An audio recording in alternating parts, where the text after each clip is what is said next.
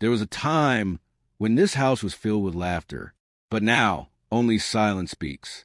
David hasn't seen his daughter in 7 years.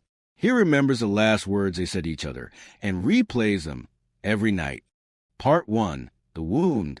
Emily shouting, "You never listen. I'm not a child anymore."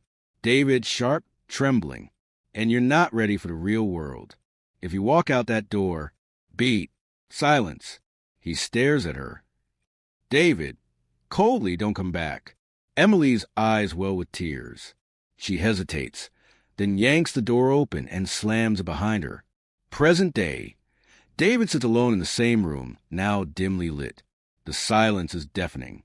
A photo of Emily, age 10, sits crooked on the shelf. She was only 18. Angry. Hurt. He said the words no parent should say. "If you walk out that door, don't come back." And she didn't. Part 2, The Stirring.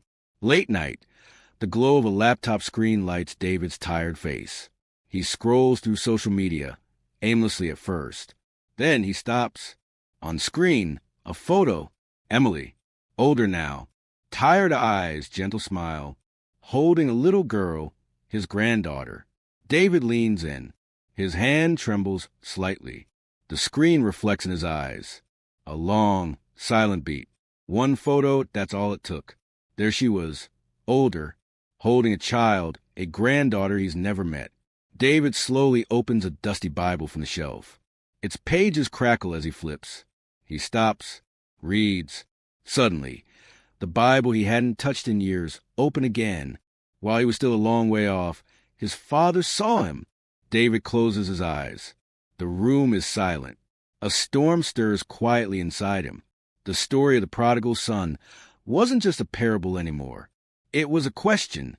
Would David stay angry or start walking toward the road of forgiveness? Part 3, The Return. David's car is parked on a quiet city street. Late afternoon light filters through the windshield. He sits in the driver's seat, gripping a folded handwritten letter. His eyes flicker between the paper and the apartment door across the street. The engine is off. The air is still. A deep breath. Then another. He drove 4 hours and sat outside her apartment for nearly 30 minutes. He glances at his watch, then to the letter, then at the door again.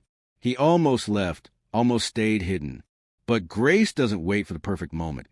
It moves when the heart says go. David steps out of the car, walks slowly to the door. His hand trembles as he knocks. The door opens. Emily stands there, older, cautious. A long pause.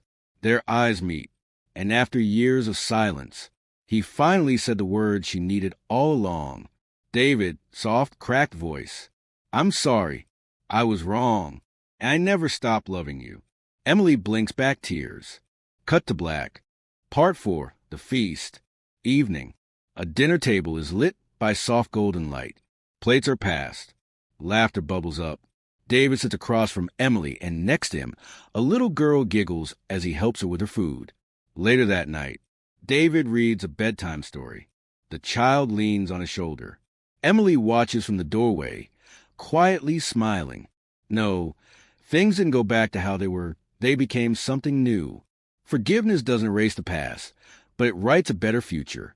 And when one heart chooses mercy, the kingdom of God breaks into a broken home. Ending/call to action. A quiet church sanctuary. Soft sunlight streams through a stained glass window, depicting the prodigal son in his father's embrace. A few people sit silently in prayer. One empty pew remains near the front. David sitting alone, eyes closed, hands folded, pieces returned to his face. Then a small child hand touches his arm. He looks up and smiles. Maybe this story feels familiar. Maybe you're the one who walked away. Or maybe you're still waiting for someone to knock. Either way, the Father is always watching the road, and he still runs when he sees us coming home. Forgive, return, begin again.